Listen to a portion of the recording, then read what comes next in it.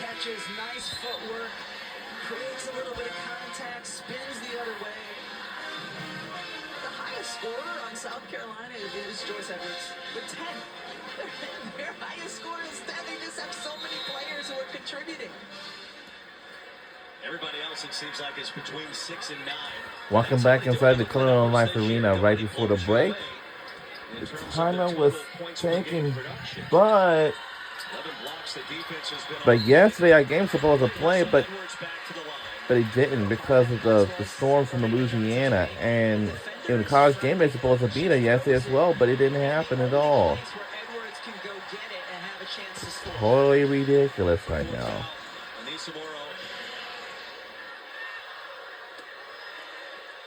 Joyce Edwards.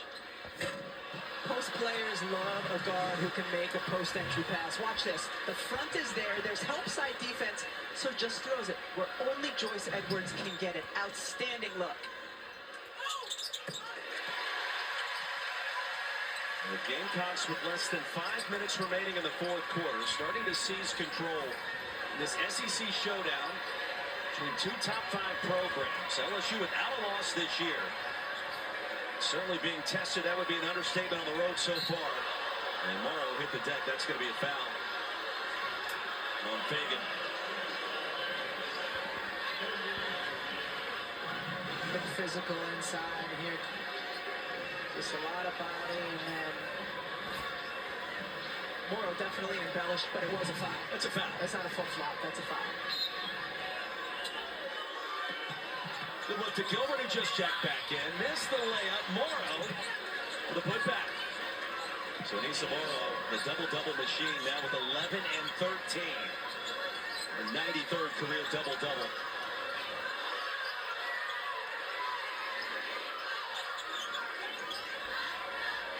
Lead down to 10. Screen for Hall. Hagan. Back to the line. And the fourth foul, Samaya Smith. So Smith has 4. Flau'jae Johnson with 4. And Anissa Morrow also with 4 fouls in this one.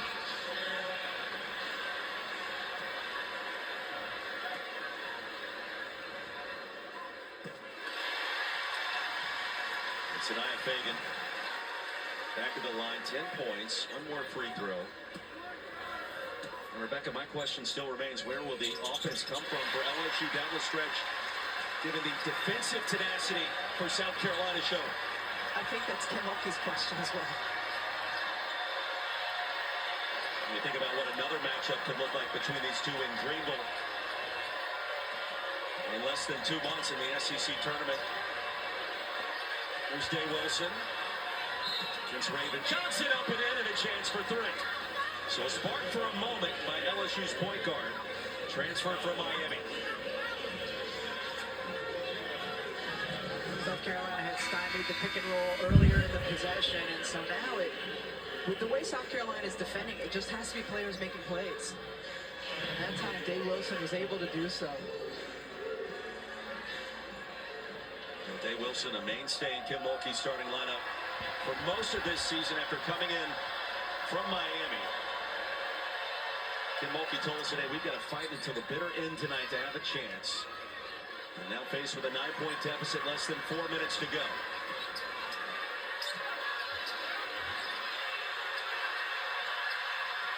Johnson to Fagan and over the back. It was Wolfenbarger. Both teams in the bonus.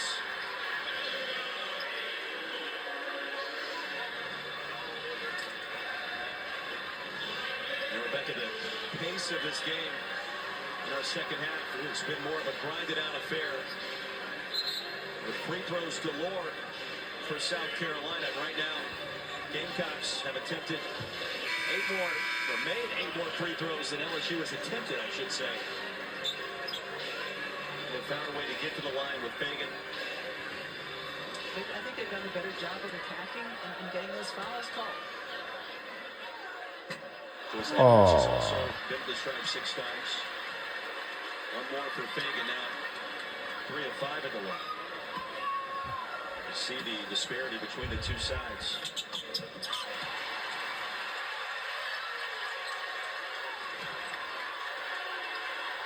LSU, one of two remaining undefeated teams in America, the other UCLA.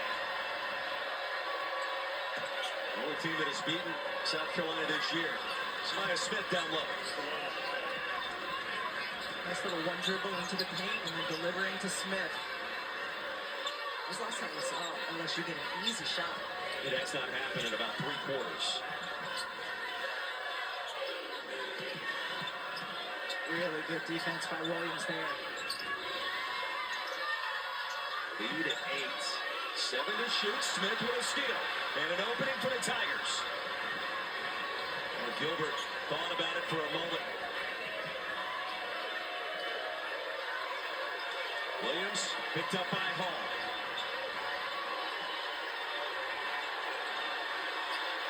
Off the screen. Little give and go. Smith. That shot was bothered again. She'll try to save it.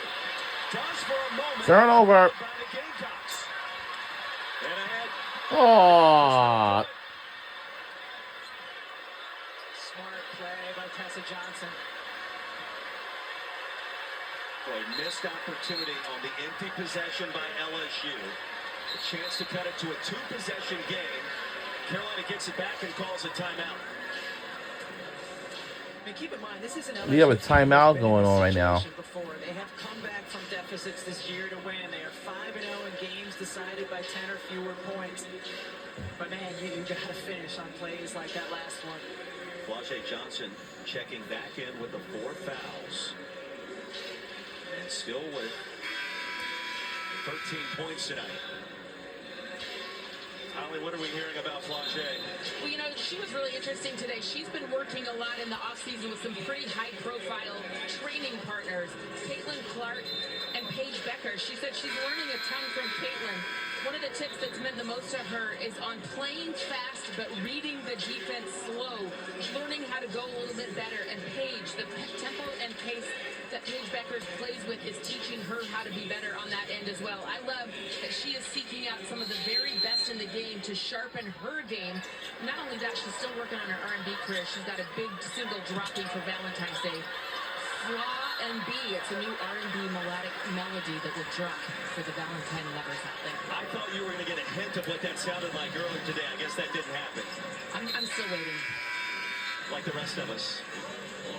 Well, first of all, I want that to be a 3-on-3 team. Paige, Caitlin, and Flau'jae. Wow. That would be incredible. Must-see TV. 7 to shoot. Lead at 8. Tessa Johnson. Gets to go. That kid, she has just made winning 10-point game. decision the last possession to pull the ball out. Winning plays. Crowd on its feet in Columbia. Day Wilson. Anissa Morrow. Yes.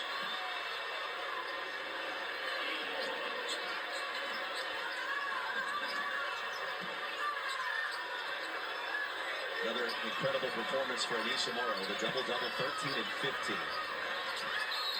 And a foul on the trip. Talking about Tessa Johnson making winning plays here. Just patience, balance, elevates, hits. 6-foot-tall guard. And we've seen a lot from her today. Del Tech. Gamecock sideline. Tessa Johnson.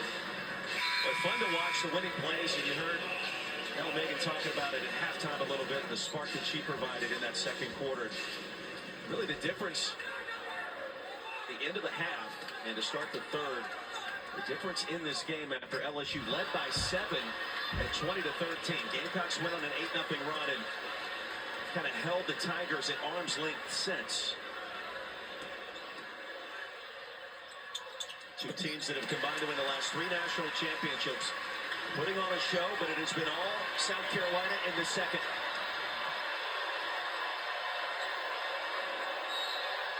And Morrow fouled by Kitts. That's the last thing you want if you're South Carolina. The clock stopped in free throws for a team trying to attempt to come back on the road.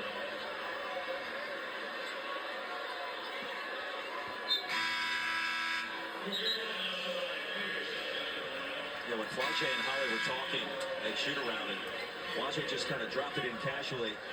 I'll let you have a listen to the preview of the upcoming album. I thought we were going to hear it right there. We're still waiting. She doesn't trust you. She doesn't trust me. She trusts Holly.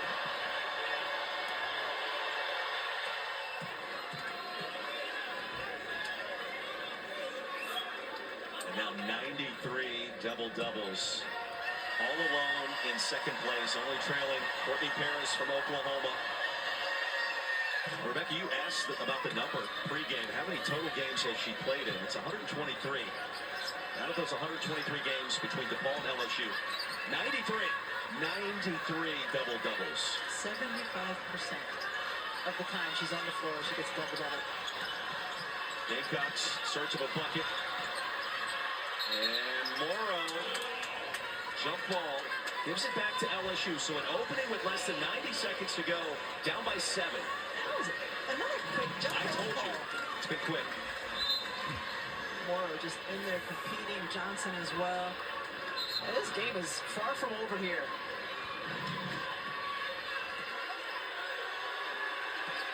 Do they need a 3? Too early for that? No, they just need a score, a good possession. Williams on Johnson, around the screen, and penetrating inside, in and out. Oh! And another jump ball. The arrow gives it back to the Gamecocks. That one definitely was a jump ball. I mean, how many times have we seen, though, LSU get inside and have a ball spin around the rim and pop right back out? Looks like Kim Mulkey and Dawn Staley are the two aggressive coaches that we have ever saw since last year. Oh! We're under a minute to go. This is it. Johnson will slow it down.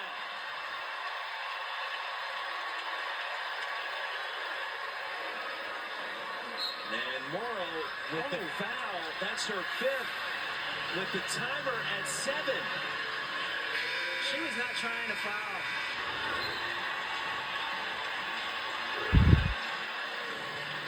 That looked just like a simple poke from behind. I didn't think there was enough contact there to call a foul. And her evening comes to a close. With her team down 7. In and out with a free throw by Raven Johnson. See, get a look from behind here. No, that's not a foul. That's not a foul. LSU has to box out here. Lead back to 8. And LSU will call a timeout. LSU last final timeout. 64-56, 46.3 seconds to go.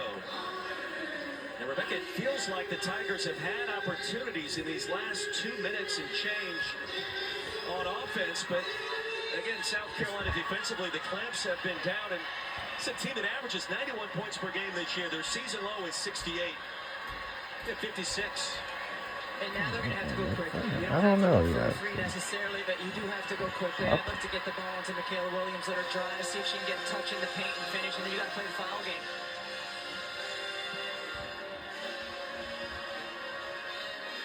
Now, so many possessions, the Gamecocks have been just about perfect with their defense. It's been elite effort and execution to their game plan, and it's been a team effort. They've had active hands, active feet, players coming over on the help side, and we get to see these beautiful block shots, but it's about so much more than that. Possession to possession, denying passes, not letting players post up inside.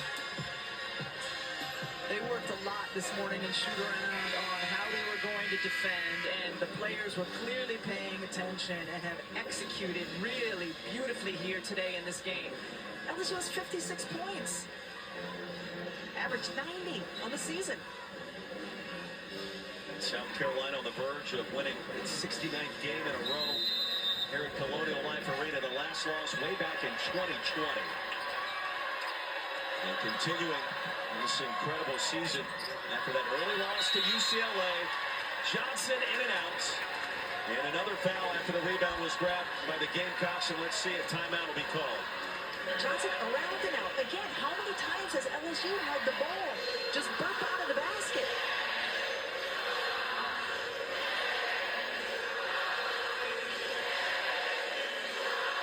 So instead of Michaela Williams getting the ISO and driving to the basket, it's Flau'jae Johnson. You like her going right. Good defense, doesn't get anything easy. That's what you want to do if you're South Carolina. Force a tough shot. They did. Then corral the defensive board. They did.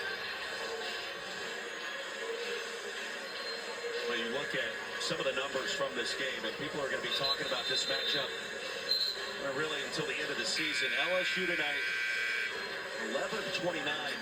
Not from the field, not from three, not with the mid-range. 11 of 29 with their layups.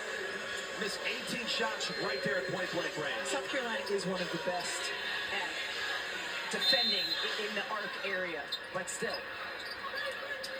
No foul before the timeout. And Tessa Johnson will be picked up by Miracle Shepherd, who just checked in. And so far, they're choosing not to extend this when they'll play out the possession. A little surprised we're not seeing the foul. Yes, I'm surprised they didn't foul right away. Don Staley says, let's run our offense. Johnson on Williams. Great look to Edwards. And gets to go! 10-point game. 10-point game. No good. No good either. And that will win the game. And our final score is 66-56. Go South Carolina Gamecocks. Woo. 66-56, our final score. Don Staley's team gets it done at home with the outstanding defense here at Colonial Life Arena. Let's get you to Sports Center. When we come back, you will hear from Sanaya Fagan in just a couple of minutes. What a win.